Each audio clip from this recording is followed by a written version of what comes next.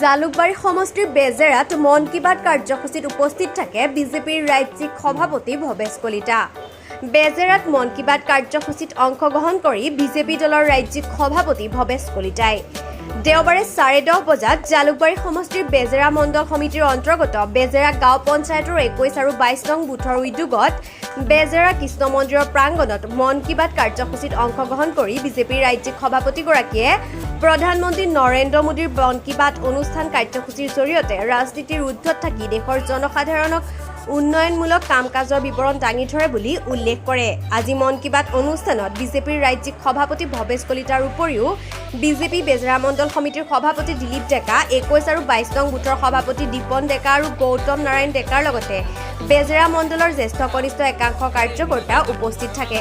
মাননীয় প্ৰধানমন্ত্ৰী আমাৰ পৰম শ্ৰদ্ধাৰ বিশ্ব নেতা নৰেন্দ্ৰ মোদী ডাঙৰীয়াই মাহৰ প্ৰতিটো শেষৰ ৰবিবাৰত দেশবাসীক সম্বোধন কৰে 11 বজাৰ পৰা 11:30লৈকে আৰু সমগ্ৰ ভাৰততে ভাৰতীয় জনতা পাৰ্টীৰ আমাৰ কাৰ্যকৰ্তা বন্ধু বাইদেউৰ লগতে সন্মানৰ ৰাইজ উপস্থিত থাকি দেশৰ সন্মানীয় প্ৰধানমন্ত্ৰী ডাঙৰীয়াৰ এই মন কী বাত অনুষ্ঠানটো উপভোগ কৰে।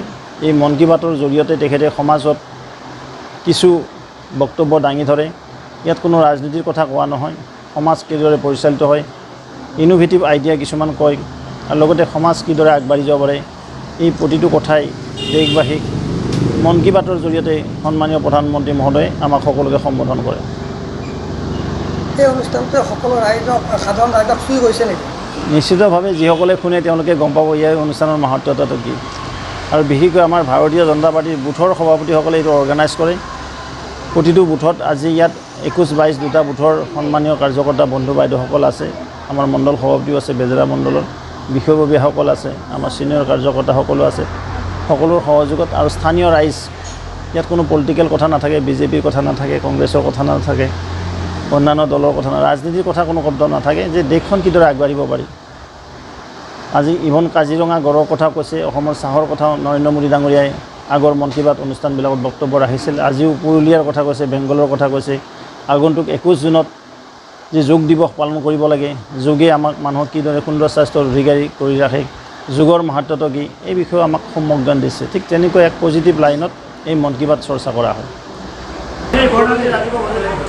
আজি আমাৰ প্ৰধানমন্ত্ৰী মন কী বাত অনুষ্ঠান আছিলে। আজি বেজেৰা মণ্ডলৰ 98টা বুথতেই প্ৰধানমন্ত্ৰীৰ মন কী বাত সফলভাৱে ৰূপায়ণ কৰা হৈছে আৰু আমাৰ সৌভাগ্যৰ বিষয় 21 আৰু 22 নং বুথত আমাৰ শ্ৰদ্ধাৰ অসম ৰাজ্যিকৰ সভাপতি ভৱেশ কলিতা দেৱে আমাৰ লগতে মন কী বাতত অংশগ্ৰহণ কৰিলে। এই চেগতে মই তেখেতলৈ ধন্যবাদ জ্ঞাপন কৰিছোঁ। আৰু এই মন কী বাতৰ জৰিয়তে সমগ্ৰ ভাৰতবাসীক প্ৰধানমন্ত্ৰীয়ে সমাজখন কেনেধৰণে আগবাঢ়ি যাব লাগিব, সমগ্ৰ ভাৰতবৰ্ষ কেনেধৰণে আগবাঢ়ি যাব তাৰ ওপৰত প্ৰতি মাহৰ শেষৰটো ৰবিবাৰত তেওঁ 11 বজাৰ পৰা 11:30 বজালৈ এক সুন্দৰ অনুষ্ঠান ৰাখি আহিছে। আমি আশা কৰিছোঁ এই অনুষ্ঠানৰ জৰিয়তে আমি ভাৰতবৰ্ষক বিশ্বগুৰুৰ আসনত বহুৱাবলৈ সক্ষম হ'ম। বেজেৰাৰ পৰা ইফতাজুল হকৰ প্ৰতিবেদন, বাৰ্তা 365।